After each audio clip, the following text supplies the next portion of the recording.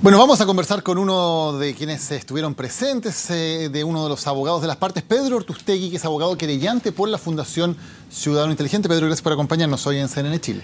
No, muchas gracias. Nuevos querellantes, nuevos intervinientes. Sí, y quiero partir por eso, porque fue una sorpresa para muchos, incluso parece para la defensa, que partieron la audiencia de hoy reclamando porque decían que no les había llegado la querella de Ciudadano Inteligente y que por lo tanto pedían suspender la audiencia para poder leerla. ¿Qué pasó ahí? ¿Por qué se suman a última hora? ¿Y por qué la defensa decía que no tenían información acerca de la querella de ustedes? Bueno, el magistrado lo explicó, básicamente por el peso, por la cantidad de hojas que tiene la querella, no se podía escanear y enviar el correo al buzón de los abogados defensores, y por eso, por el peso del archivo, no se les remitió junto con la resolución. El peso físico, digamos, aparte del peso jurídico. Además del peso jurídico, no, el peso informático, en este caso. La cantidad de megas que pesaba el archivo una vez escaneado. ¿Y por qué ustedes deciden hacerse parte de este caso y por qué lo hacen en el día previo, precisamente a la audiencia de formalización? ¿No podría ser una decisión de última hora? No, hubo una decisión, en este caso, en el caso de las fundaciones, que son organismos colegiados, en este caso la Fundación Ciudadano Inteligente, debatieron mucho respecto a la forma, el contenido de la querella, la oportunidad también de la querella, y la Fundación estimó importante hacerlo justo antes de la formalización, precisamente para poder participar y para poder tener alguna opinión en la audiencia particularmente respecto a las medidas cautelares que se pidan. Y en este caso, de las 10 personas que se encontraban presentes en la audiencia, hay uno que es querellado por parte de la Fundación, que es el ex subsecretario Pablo Wagner. Justamente expliquemos en contra de quiénes va esta querella, porque la información que manejamos es que va, claro, en contra de Pablo Wagner, pero también en contra de políticos. Así es. ¿Y de qué además? ¿Junto con quiénes y por qué? Bueno, en este caso lo que persigue la Fundación Ciudadano Inteligente es que la ciudadanía pueda conocer precisamente cómo se financian las campañas políticas. Por lo tanto, el objetivo nuestro, porque estamos trabajando en equipo junto con el abogado Mauricio Daza, con el ex fiscal Carlos Hidalgo, que trabajó también con el fiscal Emiliano Arias, que forma parte de este grupo investigador actual, poder colaborar con la Fiscalía y poder investigar quiénes son las personas y cómo se financian las campañas políticas. A nuestro juicio y a juicio de la Fundación, aquí existió un financiamiento que está fuera de la norma legal y que es constitutivo a nuestro juicio de cohecho por parte de los políticos involucrados. Entonces, lo que busca la Fundación es básicamente transparencia para la ciudadanía sobre el financiamiento de los políticos en sus campañas políticas, y por eso está esta querella orientada hacia los políticos de todos los sectores políticos, desde la izquierda hasta la derecha, centro, lo que sea necesario. Y si hay otros políticos que están involucrados, el mandato de la Fundación es que nosotros colaboremos en investigar y ampliar la querella a los políticos que corresponda. ¿Quiénes, si me puede dar los nombres, por ahora están involucrados en esta querella para usted? Y lo otro que quería preguntarle, porque tenemos a Pablo Wagner, los senadores Iván Moreira, Ana von Baer, Jovino Novoa, Alberto Cardemil, Ernesto Silva y Fulvio Rossi. No sé si se me escapa alguien más. Solamente uno, Roberto León Ramírez. Esas son las personas que están querelladas. Y le pregunto porque se ha dicho mucho cuando uno escucha análisis de juristas que quien entrega una boleta ideológicamente falsa está comprometido en un delito, pero que aquellos parlamentarios o candidatos que no entreguen de sus propias boletas ni de sus propias sociedades boletas podrían librar de esto porque no cometen ningún delito, más allá de que cometan un acto inmoral. ¿Es eso así o Bueno, no? nosotros tenemos una posición jurídica diferente. A ver. Hemos escuchado esa posición y la verdad es que estimamos que está equivocada y creemos que este es un caso de precisamente cohecho pasivo agravado, una figura que está establecida en el artículo 248 bis del Código Penal y se configura, por explicarlo de términos muy sencillos, por el solo hecho de solicitar o aceptar un beneficio de carácter económico, en este caso dinero. ¿Para qué? Para infringir o cometer actos con infracción a los deberes del cargo. ¿Dónde están los deberes del cargo en el caso de los parlamentarios, por ejemplo? ¿Dónde están regulados esos deberes del cargo? Están regulados, por ejemplo, en la Ley Orgánica del Congreso Nacional, en su artículo 5A, donde se refiere a la probidad administrativa. Entonces, por el hecho del parlamentario en ejercicio, funcionario público, que infringe el principio de probidad, solicitando estos beneficios económicos para financiar una campaña política, estaría cometiendo el delito de cohecho pasivo agravado. Esa es la posición de la Fundación y también la posición que tuvo también el Partido Socialista en su querella. Es exactamente la misma posición jurídica que nosotros le hemos ampliado a todos los sectores políticos. Ahora, la senadora Ana Fombar decía que ella no había cometido ninguna infracción, que su campaña estaba completamente de acuerdo a la ley. ¿Ustedes consideran que no? ¿Que hay antecedentes de que ella haya cometido un delito? Por lo que acabo de explicar, porque para nosotros no tiene que ver esto únicamente con la ley sobre transparencia, límite de gasto electoral, sino que tiene que ver con el ámbito penal. Esto no es una sanción de multa, sino que es una sanción, en este caso, de presidio mensurado medio, a nuestro juicio, y eventualmente una inhabilitación para el cargo. Ahora, de quienes se habla en este caso está el ex subsecretario que fue formalizado, Pablo Wagner, pero a los candidatos no se ha formalizado ninguno. En opinión de ustedes, ¿debería ser ese el siguiente paso de la Fiscalía? ¿Formalizar a los candidatos que pidieron y recibieron financiamiento irregular del Grupo Penta? Bueno, lo conversamos, creo, en la entrevista anterior. La designación o la autodesignación en conformidad al artículo 18 por parte del fiscal nacional se hace única y exclusivamente, porque así lo establece la ley, por la investidura de las personas que están siendo investigadas en calidad de imputados. ¿Y quiénes son las únicas personas que tienen investidura legal y que tienen calidad de investigados? Los políticos. Y por lo tanto, creemos nosotros que el siguiente paso, porque hoy día que fue la lista tributaria, principalmente de delitos funcionarios, el próximo paso de la Fiscalía debiera ser la formalización de personas ligadas al mundo político, particularmente a las personas que nosotros no hemos querellado y que son las mismas personas que han sido nombradas hoy día en la audiencia, donde el fiscal Gajardo explicó latamente el financiamiento y la forma de financiamiento de cada una de las campañas de las distintas personas que fueron nombradas hoy día en tribunales.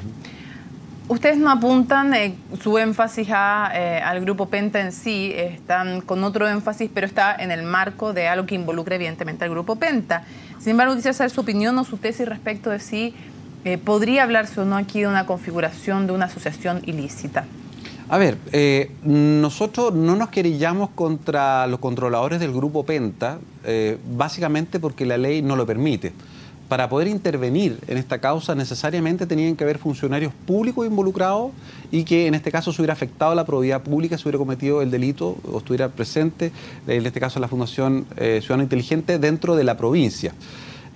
Es el único motivo por el cual nosotros podemos participar directamente en la investigación y por eso no nos querellamos contra el Grupo Penta u otras personas privadas.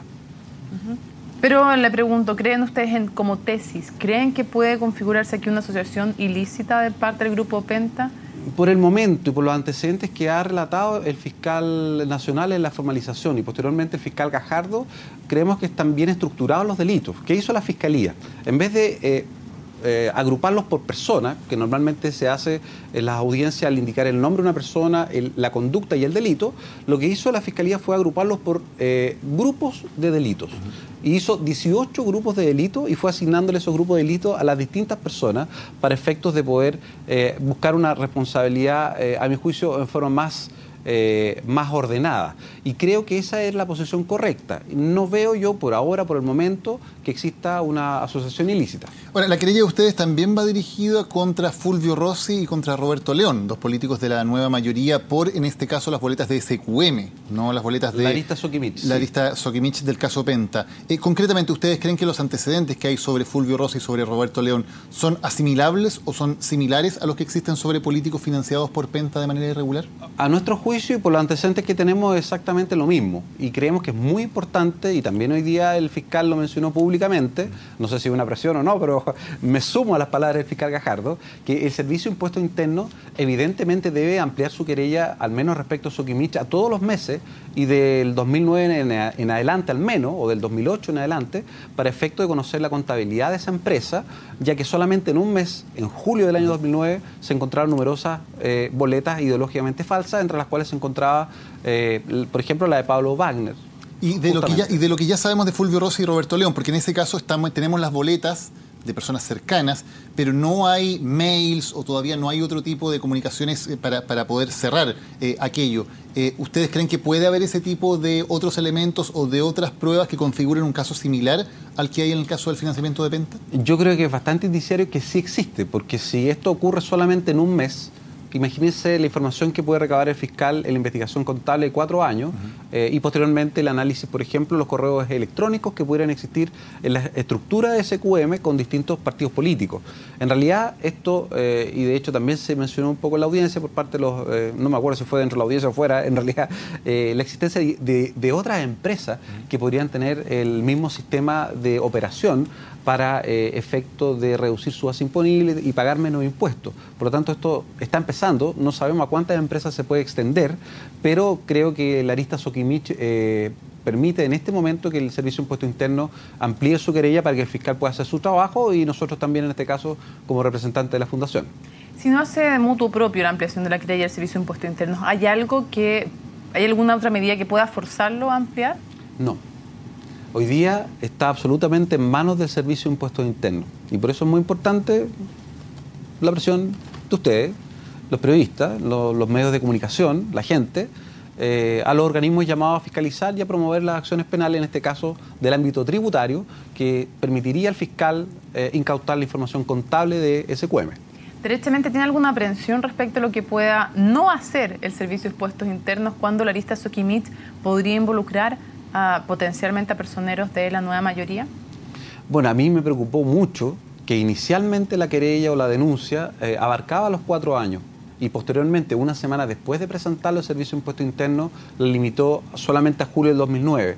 Eso es altamente, no quiero decir la palabra sospechoso, pero es evidencia que aquí hay un problema por parte de la dirección del servicio o está un poco más atrasada en los tiempos que lo que está llevando la Fiscalía. Y la idea es que el servicio aquí tenga una actuación activa, actúe en forma pareja con todos los sectores políticos y no solamente con un sector político.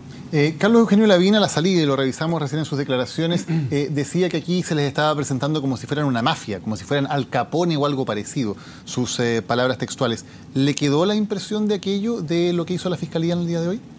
Lo escuché.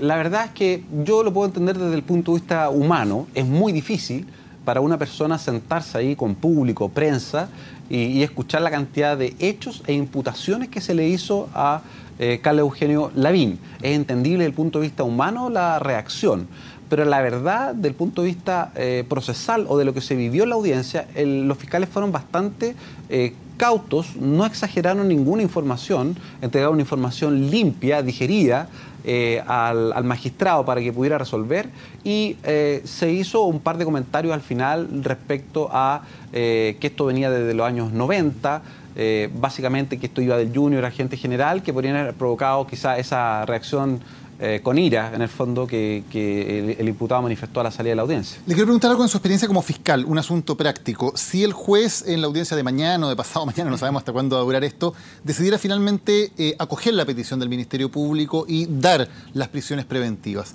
¿eso funciona de manera automática? ¿Se puede apelar? ¿Las personas se van del tribunal a la cárcel? ¿Cómo funciona en la práctica, y le pregunto por su experiencia como fiscal, el tema de si se acoge la prisión preventiva? Si se acoge la prisión preventiva, ellos directamente desde la audiencia, normalmente se aplican medidas de seguridad, es decir, esposado por parte personal de Gendarmería, y posteriormente se retiran por la puerta, en ese caso de la sala C103, por la puerta izquierda, según recuerdo, hacia allá está el sector de calabozo, y posteriormente se va directamente a Gendarmería, normalmente a Santiago 1, que es una cárcel concesionada. ¿No, Capitán Llávar? O Capitán Llávar, pero a un recinto de Gendarmería. No hay ningún recinto hoy día con comodidades especiales para los imputados. ¿Eso es apelable? ¿Y qué pasa mientras se apela? Sí, claro, es apelable. Esa apelación en el solo efecto evolutivo, por lo tanto ellos siguen privados de libertad mientras se procede a la apelación.